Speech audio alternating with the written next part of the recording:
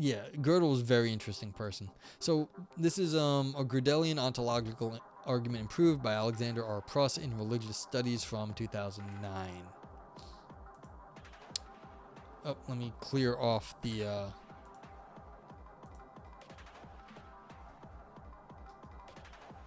that. Nope, don't do that.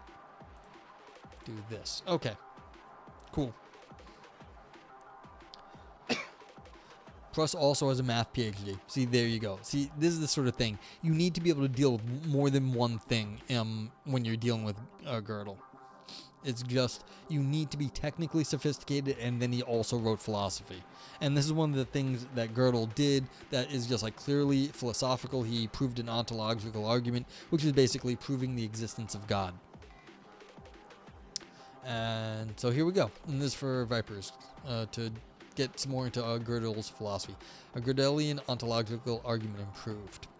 Alright, Pruss says, I shall defend several versions of Gödel's ontological argument that use weaker premises than Anderson's version 1990, and that, like Anderson's argument, avoid modal collapse. Moreover, the versions of the argument I shall defend are not subject to Oppe's parity refutations. The basic primitive notion in a Godelian argument is that of a positive property. I don't know what the positive property is, but we're going to talk about this, I guess. Viper says, now I want to go to open a gay bar near Baylor called One Bear Place. That's terrible. It's disappointing that if one doesn't exist already. Okay. We can understand that in several different ways, each one giving rise to a different interpretation of the argument. For instance, one might take a positive property to be one that in no respect detracts from any respect of the excellence or greatness or value, depending on how we prefer to phrase it, of the entity that has the property, but whose negation does not detract from some respect of the excellence or greatness or value of the possessor.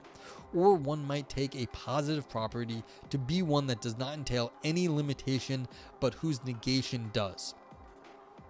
Or one might start with a somewhat Leibnizian structure of the space of properties on which there are some basic properties that are mutually compatible, for example, because they are logically independent of each other, and then count a property as positive provided that it is entailed by at least one of the basic properties. Or following Robert Modal's discussion of perfections, one might take a positive property to be that it is better to have than not to have. And you can see this is pretty weak. A positive property is one that is better to have than not to have, as opposed to something that's just good and like if it's not there you're fine, like it has nothing else depending on you. So you can see what is going on here. You want to have a property that is not related to anything else, that is independently good. It's a positive property in the sense that it has no dependencies. It's completely independent, and so it's just better to have than it is not to have, and everything else, all else equal. Okay. Each of these interpretations make the prima facie plausible, and in the case of some interpretations entails the following two formal axioms. Alright, so this is still a technical proof. Axiom F1, if A is positive, then not A is not positive. And axiom F2, if A is positive and A entails B, then B is positive. So if something's positive, it has to only entail positive things. Radical says there are so many theologies, yet I look at God from the angle of human experience. This logicalism of God removes the living, moving, breathing of him. I see it as confined and unexpressive, removing the life of the life giver. Yeah. Okay. That's a good point. Ontological arguments are a weird thing to begin with. They have a long history, though. People have been trying to prove the existence of God for a long time. So this is an existence claim on God. Everything else after that kind of follows. But like the idea that you could prove it and why people think that you can, like that God is the sort of thing that even can be proved. This has been going on forever. But it seems to people think that if God is built fundamentally into the world, God is also built fundamentally into our reason, and so we should be able to understand it, though. And so it's very separate from whatever God's existence is. The idea is trying to get the existence, you're squeezing the existence out of just nothing, out of just the logic here. And so the idea, like, it's very, it's an odd thing to do, but for some reason people like doing it. And I can see I can see why. It's like you think you can get God out of nothing. And like the idea that you can, like God is still there in the nothing. That's a very powerful thought. You've been working on this, Vipers? I mean, is that a shader problem? So yeah. Okay. So we've got these things. So if A is positive, then not A is not positive. So the correctness of F1 on the excellence, goodness, greatness, and no limitations reading is clear. Yeah, because if something is good, then it's good. And if it's not good, then it is then not good. That's just the negation there. Russell's teapot is, hey, Lucifero, what's up? Russell's teapot is a good example for that. Oh yeah, Russell's teapot is that if there's something that you can't prove, like it's just you're claiming it, but it's outside of our ability to argue for it. That's again something. How do you argue for the existence of something that's outside of our ability to argue for it? It's like it's just too far away, or just something that was like beyond our grasp. So like that's right.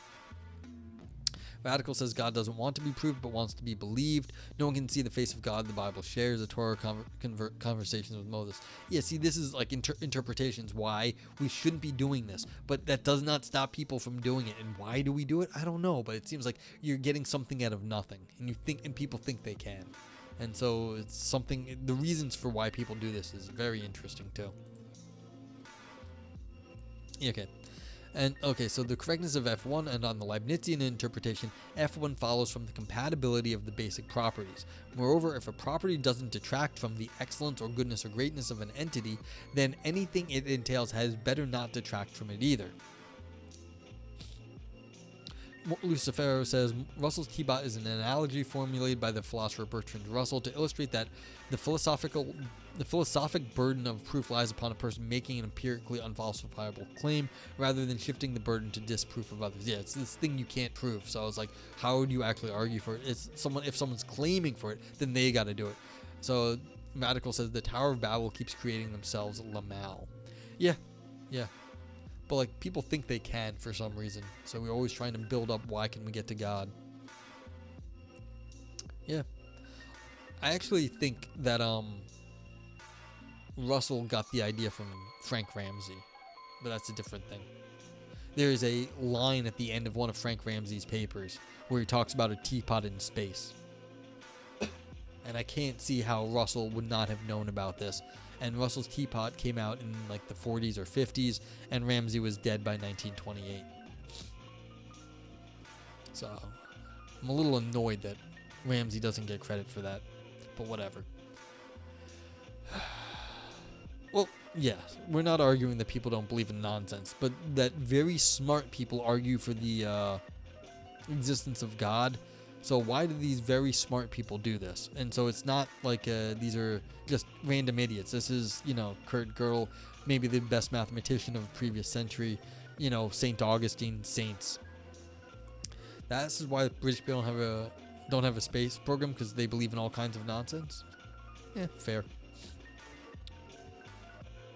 Okay.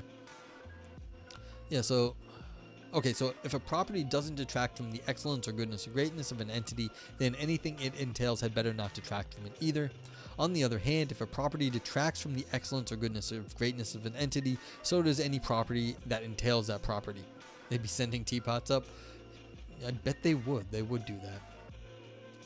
On the other... Okay. Hence, if not A detracts from excellence, and A entails B, then not B detracts from excellence, since not B entails not A by contraposition. This yields axiom F2 on the excellence, goodness, and greatness interpretations. Exactly the same reason shows that if a property does not entail any limitation, but its negation does, the same holds for any property that it entails. And closure under entailment is trivial on the Leibnizian interpretation, so F2 follows again. Modal gives arguments for F1 and F2 in his interpretation. So basically, yeah, if you think that something is a positive property, then not A is not positive, and then if A entails B, then B better be positive, because if A is positive, it can't lead to anything that, turns out to be negative. So, All of the Godelian arguments I shall offer will make use of the formal axioms F1 and F2. In addition, all the arguments will make use of the following non-formal axioms. Axiom N. Necessary existence is positive, whereas necessary existence any is defined as follows. Okay, so this is the definition. X has necessary existence if and only if there exists something that necessarily has the property F. So there is a property F that it necessarily has, that's necessary existence, and there is some other thing that necessarily exists, and Y has that. So, okay, so something has a property. There's a formal property F. There is an object that has that property F, and that for any Y, if it has F, has that property, then the two things are equal. Okay, so you're saying, look, if there's two things that have a necessary existence, then those are identical. I think that's going. No, so if there's a necessary property and there's an object that necessarily exists, then if the object that necessarily exists has that property, is implied by, if the property is implied by the, implies the object, then, sorry, this is why you don't do logic in real time. So look, if X necessarily exists as a positive, if and only if there exists some property that X has, and then there's some Y that X has it, and then for anything that has that means it is that object. So if there's anything that necessarily exists, then and it has a certain property, then all the things, there's only one of them. So that is the necessary existence that has that property. Okay. That's all it says, is that if something has the property, then it has to be that one thing, that necessary existence. Okay. Note that D1 makes necessary existence logically weaker than on Gödel's original definition, since Gödel's definition entailed that every property of a necessarily existing being was an essential property of it. Gödel's analog of N1 together with axiom F2 will entail our axiom N1, so our axioms are still weaker than Gödel's. I will call being that has a necessary existence a necessary being. Lucifer says they got indoctrinated as children into religion, and if they detach themselves from it, they will have to question their whole life and the meaning of their life, because this would be more unpleasant. They would be protecting themselves from a self-harming belief. At least that's your guess. Well, I mean, there's a lot of reasons. That's one of them. They don't want to think that the way they exist is somehow wrong or confused. So yeah, people are going to avoid that. But I mean, there's other things too. There's things that people get out of religion, community and stuff like that, might be thought of as goods, and they don't want to leave that behind. And it's all tied up together with like some of the crazy stuff, some of the good stuff, and some of like this just historical nonsense. And so that's part of it. Okay. We need one more definition for our first ontological argument. A property A is strongly positive if and only if it's necessary that having A essentially is a positive property. Radical says proving God requires one to know more than God, which cannot happen. One is trying to look at it from a microscope of an inhuman accuracy and the telescope of viewing physical and heavenly worlds. No one can do this. Only God can share what he wants about himself to humanity. I'm not saying there isn't a lot of hubris going on here, radical disability. It's just people think that they can, or they think that they have discovered that, that this is how it works. So if you think about it from that perspective, that Gödel thinks that he stumbled onto a good proof of God, then maybe, then it just took someone of Gödel's intelligence to find what God left us. I don't know. But I mean, I can't really, I can't tell you what Gödel was thinking. I'm not that smart. So, yeah. But there's going to be a lot of reasons why I do it. Hubris may be among them, but there may be other reasons too. Okay. Author says they shall assume a modal logic that includes S5. As usual in modal logic, axioms and hence theorems as well are always taken to be necessary truths. Moreover, I shall assume that all properties exist in all worlds, that is, that properties exist necessarily. Because of this, it is possible to interchange the order of modal operators and quantification over properties. You see, like this right here? This is actually I this is something I disagree with philosophically. I do not interchange order of modal operators and quantifiers ever except without explicit allowance. So like this is something I actually right there, this like right here. Oops, pointing the wrong way. This line right here. This is something I actually disagree with on a logical basis. But like, yeah.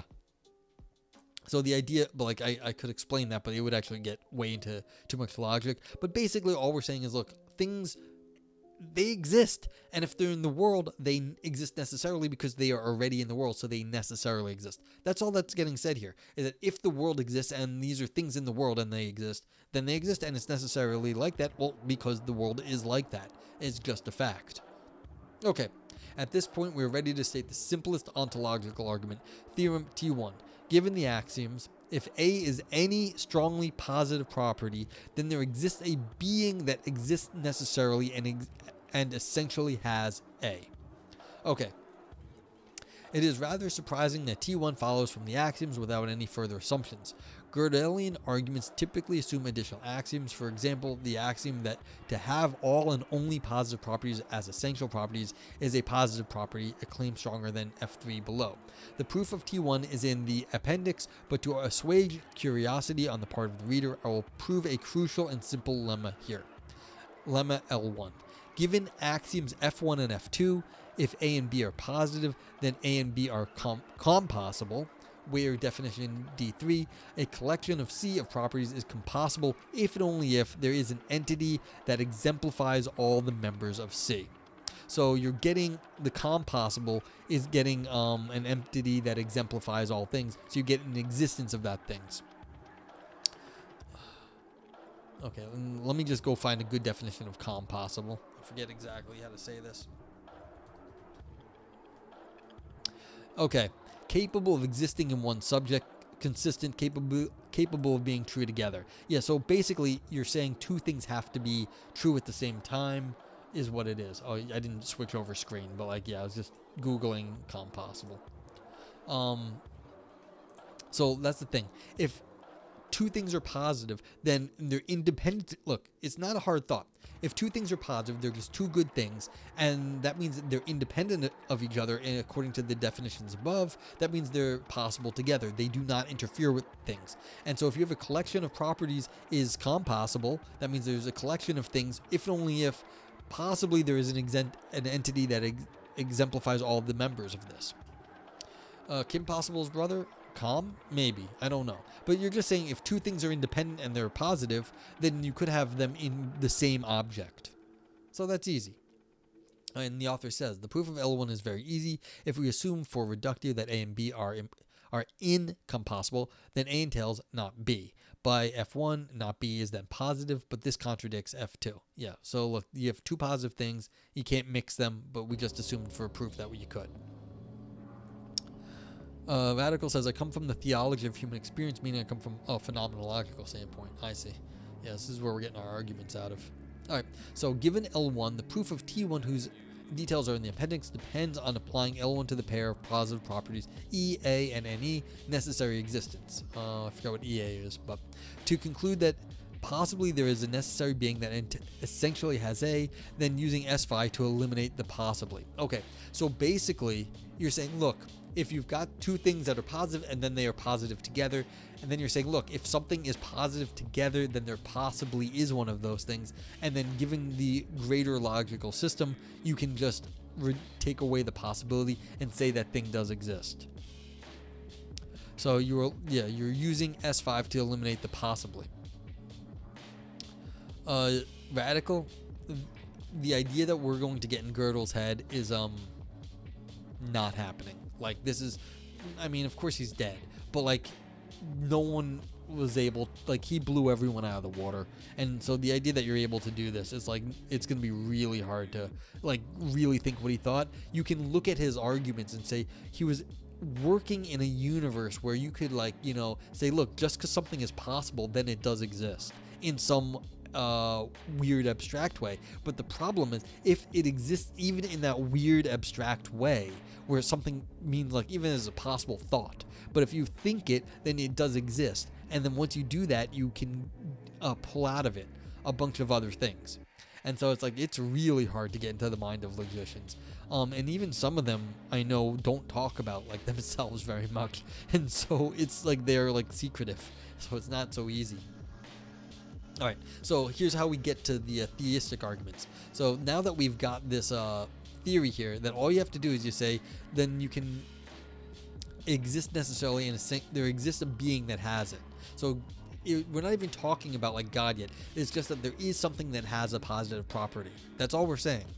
Because say in your logical system, you can say something even very minor has this positive property. Okay, how useful theorem T1 is as a theistic argument depends on what kind of strongly positive properties one thinks there are. The following non-formal axiom is prima facie plausible. That's N2. Each of the properties of essential omnipotence, essential omniscience, and essentially perfect goodness is positive. So, if it is an axiom that EA is positive, then necessarily EA is positive, and hence A is strongly positive. Thus, given N2, we immediately get the following result from T1. Corollary C1.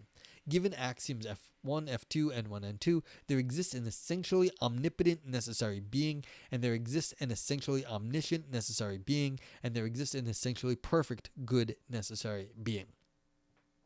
Yeah, and so all of a sudden, by these weak axioms, you're just saying, look, if these are the sort of thing you think of as positive, then you can say they exist in some very weak way, but there is a being that is essentially omnipotent. And what kind of being is that? Well, if it's essentially omnipotent, then it's probably God. Okay. Author says, it would be nice if we could prove that one and the same necessary being is essentially omnipotent, omniscient, and perfectly good, but I do not think this can be shown from F1, F2, and N1 and N2 alone, though of course the claim that the three existential claims in C1 are each made true by the same being is prima facie compatible with these axioms. However, C1 is already quite interesting.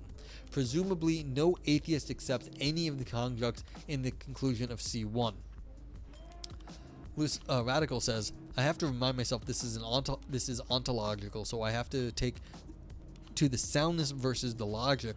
But yeah, it would be impossible to psychologize this logic because it would go back to empirical reasoning. Yeah, this is the thing. You're not going to get back from logic most of the time to the wider beliefs. It's just too hard. The logic is too reduced to like track it back. It's very hard to do because all the thought had to happen, and then they realized this is how to argue for it, but the results do not reflect the thought, the initial thoughts. They're just like the output a lot of times. It's like, yeah, you could ask like Vipers. It's like, this is the code. After all the thoughts you already had all the thoughts and you wrote the code, but getting back to the thoughts from the code, like maybe you can do it sometimes, not all the time. This is the output format. It's more like a PDF than the document that made the PDF. Okay. So, moreover, if we can further argue that there are logical connections between divine attributes, we can get a little more. For instance, if a being is essentially omnipotent, then at least it has the essential property of being able to figure out the truth value of each proposition if it should want to. So we might conclude that there necessarily exists a being that is essentially omnipotent and essentially able to figure out all the facts that it wants to figure out. To do better, we need a formal axiom about how positive properties can be conjoined. There are two options available. First, we might not implausibly suppose that the conjunction of all strongly positive properties is positive. Wow, this keeps crashing. That is crazy. I'm sorry, my Stream Deck keeps crashing. It's weird. This has never happened before, but that's okay. Okay, so here's axiom F3. The property of having all strongly positive properties is a positive property. Okay? So yeah, so if you have all the things that are positive, then you can say that's a property too. Yeah, you think would need to be sound, and sound is very hard to do. Yeah, AI would have to be sound. Yeah, it's very hard to do, even computer-wise. Yeah, I mean, it's like you'd have to go back and look at all the things, and it's just incredibly difficult. Let's see, is this just collapsing on me constantly? No, this is not. All right. Given F2, this axiom is weaker than the corresponding axiom in the Anderson version of the Godelian argument, which axiom stated that the property of having all and only the positive properties as essential properties is positive, since the latter property entails the property of having all strongly positive properties that figures in F3. Moreover, F3 is a bit more intuitive than Anderson's axiom. It is not obvious, for instance, that lacking any essential properties beyond the positive ones is positive. Moreover, the full Anderson axiom is essential to the parities in OPI, while the present argument does not appear to be subject to those parities, although I have no argument that the other parities cannot be constructed. Yeah, I mean, this is fine.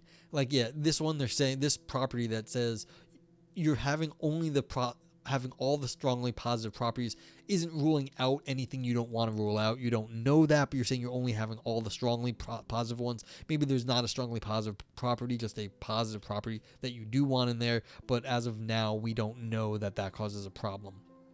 Okay, so we now have the following result, and you can look at the axiom of the appendix for the proof. Given axioms F1, F3, and N1, there is a necessary being that essentially has all strongly positive properties. One might, however, object to F3 on the following grounds. Axiom F3 seems innocent until we realize the following fact, which follows immediately from the lemma L1 in the special case where A equals B. Given axioms F1 and F2, and any positive property A is possibly exemplified. Thus, F1, F2, F3 entails that the conjunction of all strongly positive properties is possibly exemplified, and hence that all strongly positive properties are compossible. Yet all the strongly positive properties should be able to work together. But the latter is quite a strong claim, and one might worry whether an intuition that so quickly entails it can be plausible. One might also worry that F3 is more than just a formal claim about the logic of positive properties, since it seems to make the substantive claim that a particular property is positive and hence is more akin to the non-formal axioms N1 and N2, and such non-formal axioms are likely more vulnerable. Alright, so now we're just arguing about technical things here, about how strong these things are. What are they complaining F3 is difficult? Yeah, I mean, grouping all these things that might be different together might be difficult.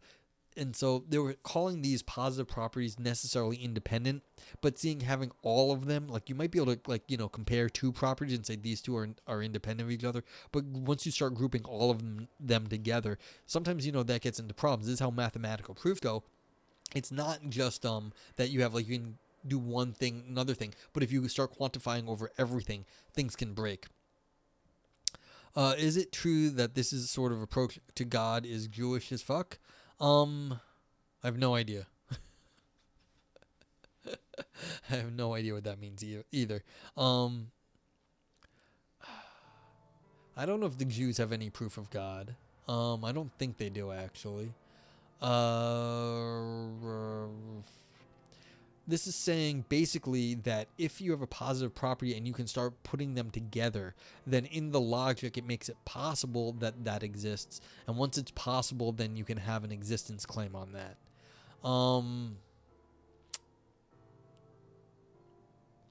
It's like the joke, I'm Jewish, I don't believe in God. Maybe. It's like it's the existence claim that's doing the work. It's the idea that you're giving the possibility for God is enough space to say that God has there are positive properties. But the problem is if there are positive properties that exist and God would have them, then the positive properties exist, then there is some object that has them because the properties exist. So you're saying, well, I'm Jewish, I don't believe in God, but it's like you already made the claim of having a property that entails a religious statement. So maybe, it may be along those lines, that once you have the property, then you have that exists, then you have a being that holds the property, and then all of a sudden you've backdoored your way through the property into the existence of God. So yeah, I could see that. But that's what's going on here. It's you're getting these positive properties that you can make an existence claim about, and then once you can make an existence claim about the property, then you have an object that holds the property, then you've got the object itself. And this is why right now we're discussing, well, how many of them you have. Because you don't want to have multiple gods. You want to have one God that's sort of omnipotent. And that's what the concern is right here. Because if you have multiple properties, then you have multiple gods. And Marson, welcome in. How you doing? You're Jewish and you believe in God, ? But not as a person, but as a thing that flows through you and embody the ideal of God. So those properties exist and we can embody them, that is, get closer to God. Yeah, so, yeah, Spinozistic theories. Yeah, I mean, sure, that is sort of a, yeah, I guess that's right. So this is going back to the Spinoza. Yeah. Edmund Husserl, yeah, we were talking about Husserl not that long ago. I don't know if there's any books I'd recommend off the top of my head. Maybe Radical can do better. We were talking about the crisis of modern science from the 30s a few weeks back, though, on Philosophy Roulette, if you're interested in that discussion. So it'll probably say Husserl in the title. I don't know if it's published yet on my YouTube, but you can check stuff out on the YouTubes. Like, you can look it up. Maybe if you click on the YouTube, you can look under some of the more recent videos. Yeah.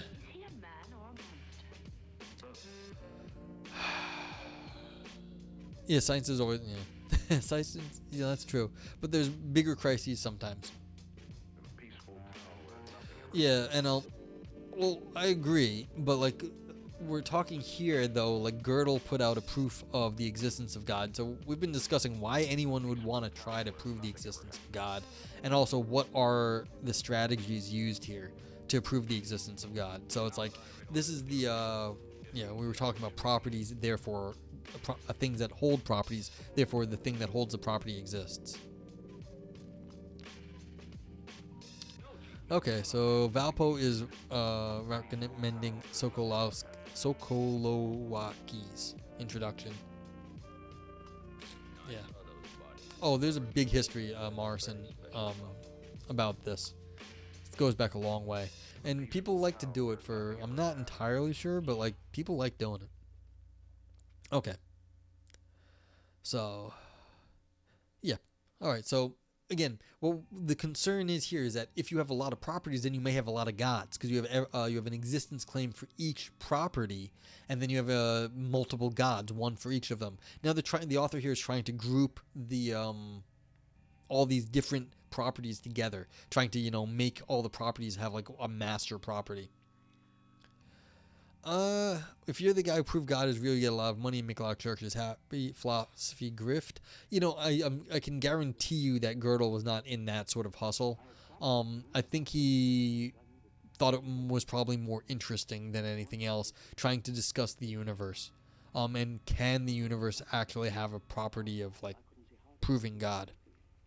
So, yeah, I mean, I've mentioned it before. Gödel, in the end, he was like, he's in the Princeton Institute for Advanced Study, and he was hanging out there, just doing whatever he wanted. He wasn't in a religious. I don't think he was trying to make money off this. Okay, so axiom F4, we're going to try to formalize some of this to make it sound, a little less than like we're just like hand waving about the properties. If A and B are strongly positive and compossible, then their conjunction is positive. Yeah, so if you got two positive things, then you can combine them with a conjunction. This A and B is also a positive thing. Okay, as far as intuitive support goes, we could probably have gone with positive in place of strongly positive in the antecedent, but since putting strongly positive in the antecedent will yield a weaker set of axioms, and F4 is all I will need, I might as well go with F4. Yeah, so you just say, look, take all like the omnipotence and like perfectly good and all that stuff, and say only those things. If you combine all those together, the conjunction of all the things is still positive. Okay, so observe that F3 together with F1 entails F4, which we just read. So using F1, F2, and F4 will be using a weaker set of assumptions than just using F1, F2, and F3. Okay. Now we have a result that, while not quite as satisfying as T2, is in practice about as useful to a theist. Theorem T3. Given axioms F1, F2, F4, and N1, if U is any finite set of strongly positive properties, then there is a necessary being that essentially has every member of U. And so this is what they did. They grouped all the properties together, and now you have one single object that has all the good properties that you want from God. So you can conclude from this, corollary C2, given the axioms, there is a necessary being that is essentially omniscient, essentially omnipotent, and essentially perfectly good. So yeah, once you have like this sort of union, this grouping thing, then you can say there is only one thing that does all this. And then you have your basically your sort of Western tradition God. Okay, the same holds with F3 in place of F4, either because we can then have a weaker set of axioms or by using T2 instead of T3. Yeah, and so there's authors saying there's a few different like ways you can rejigger this, but it's not going to matter. Okay, it would be nice if one could drop the assumption of finiteness in T3, but I doubt this can be done without adding an axiom like F4. What's T3? Do I remember? Yeah, so if U is any finite set of strongly positive properties. So yeah, you can only have a limited number of these things before you, so, yeah, that's interesting. Okay. Even though T3 may not give the theist all that the theist wants, there may be no harm in leaving to faith the claim that God has all the strongly positive properties, and C2 is quite respectable, surely, and more than sufficient to refute atheism. Yeah, so if you can get this thing, that you have one thing that is omniscient, omnipotent, and perfectly good, it seems like you have therefore proved the existence of God via the properties. Okay, the ontological argument embodied in the T's and C's are valid. Each of the theorems T1, T2, and T3 uses a weaker, at least prima facie, set of axioms than the best previous Godelian argument, that of Anderson. In particular, the problem of modal collapse is avoided in these theorems just as it is in Anderson's work. It is also worth comparing the present argument to Modal. Modal uses axiom F1 and F2 together with an axiom that says that the supremacy is a perfection and concludes that there is a being who has supremacy. Here, X has supremacy means it's not the case that possibly there exists Y, G, Y, X, and not possibly there exists Y where X is not Y equal to Y, and not G, X, Y where G, A, B means that A is greater than B. Yeah, I apologize, but like I said, this is why I don't read logic on stream. So it's like, if you're saying there's something that is greater than all the other things, that's the supremacy thing. So that if there is something, all the things are that one thing. There is only one thing that is greater than everything else. Okay, however, the logical system in which Modal formulates his argument assumes that the very controversial Barkin formula, and that's the Barkin formula, possibly there exists some X, that f of X implies that there exists possibly f of X. And you can see here where the diamond is. It's either in front of the backwards E or after it, and that makes a huge difference for where the existence claim is in the world. But no one's going to care about that except for logicians. But basically, if you can move the existential X in front of the modal operator, it makes a very, very big difference. So, for what you claim exists in the world. Okay. So, yeah, you don't want to have the Barkin formula if you don't have to. Okay, and the disadvantages of assuming this seem to seriously damage the plausibility of Modal's argument. An absurd consequence of the Barkin formula together with S5, which is also used in Modal's proof, appears to be that any property that can be essentially exemplified is essentially exemplified. If there could be an X that is essentially a unicorn, then there is an X that is essentially a unicorn. It's not surprising that one can easily build ontological arguments using the Barkin formula. Whether the arguments are still sound will, I think, depend on a deeper analysis of the nature of positivity, but the premises all appear at least somewhat plausible, are largely independent of the premises of non-ontological arguments such as the cosmological argument or the argument from religious experience, and hence the Godelian arguments should further lower the probability of atheism and increase that of theism.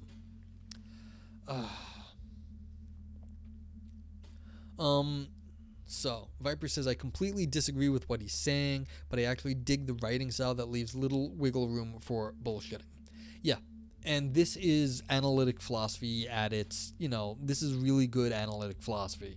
I think I've dealt with Alexander Pruss before. I forget where, but all the writing was like this, where basically you don't have to agree with the person, but you have to respect their arguments. They didn't fuck it up. Like, this is basically, if you accept these premises and this system, the conclusions are going to follow. And this is basically, logically informed philosophy. And so this is you don't have to agree, but like that's the thing. And weird vipers, if you want to understand how to start to analyze this, you got to go back to the beginning. Basically, what are the things? Pruss might be the smartest person you've met. Impressive, very impressive. Yeah. So, like, what are we doing here? What are the assumptions? If you want to look at things like this, how do you do it? You shall assume a modal logic that includes S5. You have to understand that S5 has its, is a normal system that people use, but it has its assumptions too. And see, this is one of them here. I highlighted immediately. I said, look, I already disagree with this system because of this property. You should not be able to interchange the order of modal operators and quantifications over properties. You just shouldn't be able to do that. And that's the same thing that happens down here that we were just highlighting on the Barkin formula. It's this. You're interchanging the existential quantifier and the possibility operator, the modal operator right here. I don't know if you can see this very easily, but you can see the little diamond is in front of the backwards Z, and now it's after the backwards Z. And that's exactly what we're talking about when we say you can interchange the order of modal and quantifiers. That's a big deal. In certain things. And so the fact that you can eliminate stuff. Firestorm.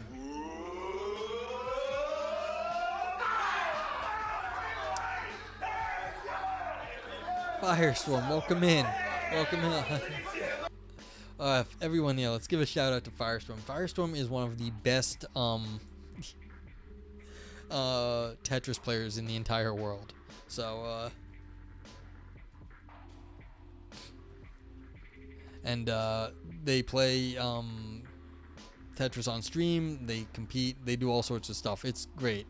So if you are interested in things that like I do besides philosophy, I used to play a lot of Minesweeper. I still play a lot of Minesweeper. I used to and I still do. But like there's overlap between the Minesweeper and the Tetris community. They're friends. And so really appreciate the raid. What were you doing? I assume you were playing Tetris. But how you doing, Firestorm? Thanks for giving me the raid. I appreciate it a lot.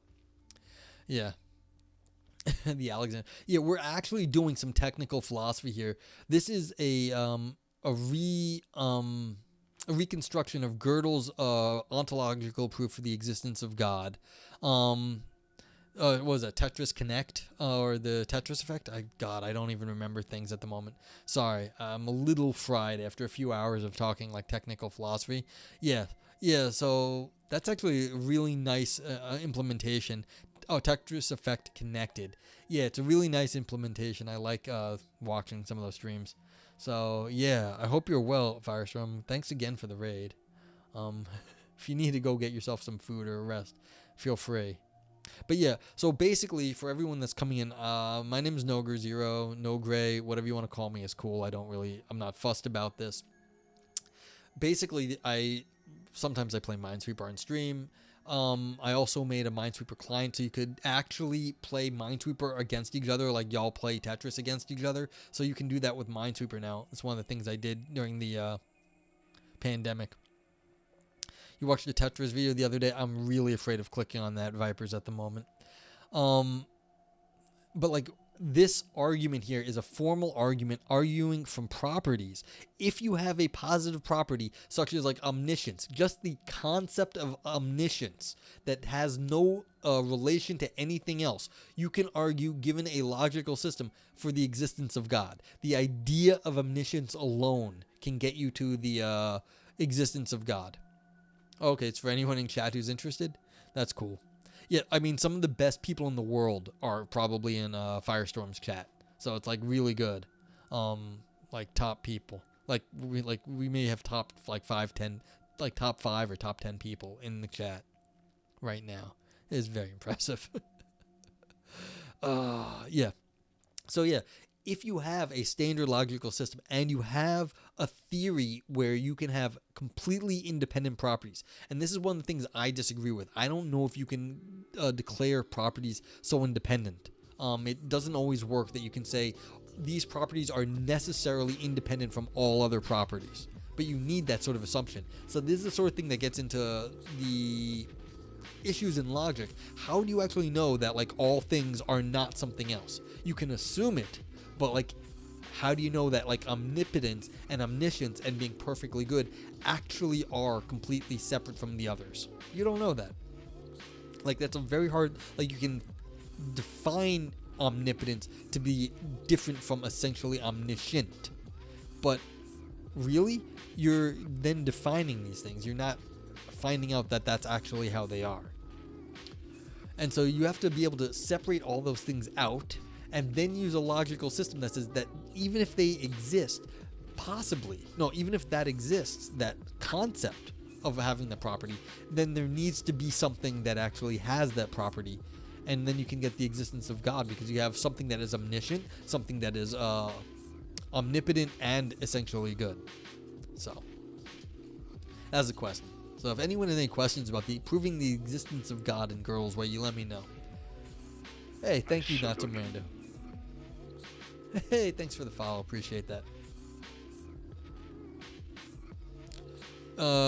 Could you have a highlight? You can have this one. I don't like. I'm not going to write out a thing on like criticisms of Gödel's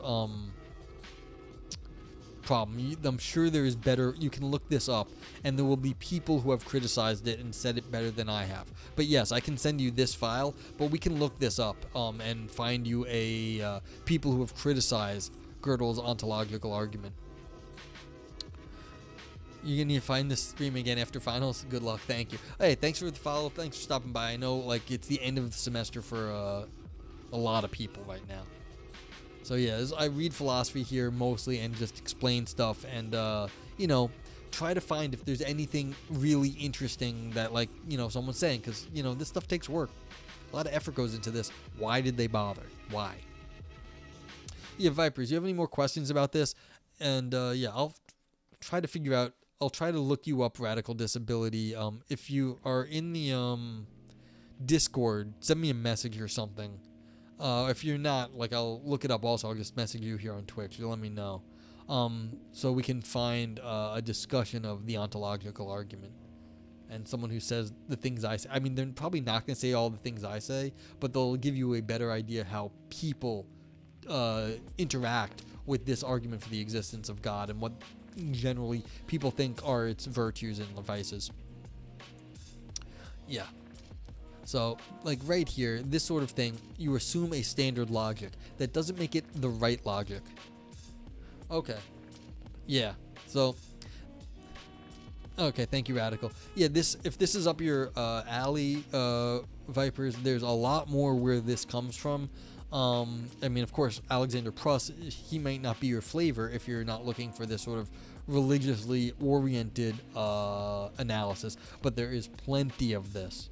And then we can find you something you are interested in, basically. Like, where people are using these techniques to talk about topics you want to hear about. And see how people have handled, like, topics you're interested in.